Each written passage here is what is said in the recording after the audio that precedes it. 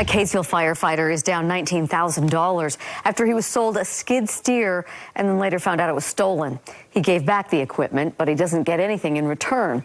Police say the person behind this theft has a history in Utah. News specialist Shelby Lofton explains. I have a little side business. I do like small excavation. Casey Adams works as a firefighter, but needs tools for his second job. It looked like it was a decent tractor.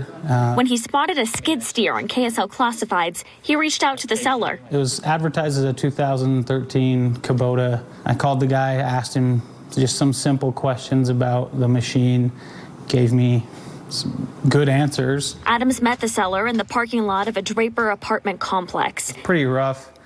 It was pretty dirty. So again, for the price, I didn't think it was unreasonable. He paid $19,000 in cash.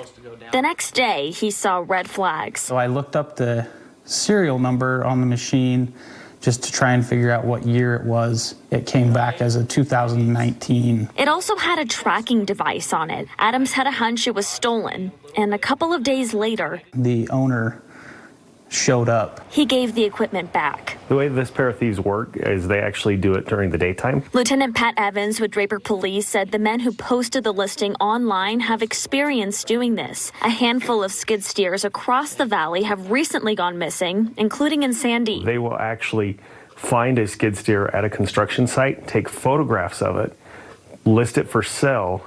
Once they have a buyer, they actually then go steal the skid steer. Sandy police arrested the two men that were behind this. One of them has done this several times before, and one of those times we told you about. Derek Johansson, who he bought the skid steer from. Police say Derek Johansson has a record of stealing equipment, then selling it well below market value. In 2021, he cost this Utah County couple thousands after selling them a stolen skid steer. He's done this so much, but yet he's still out there and can continue to do it. Johansson now faces new charges for theft. Adams wishes there were titles or other ways to show ownership of big pieces of equipment like the one he purchased. Right before Christmas, his family is out $19,000. It was a lesson you learned the hardest way possible.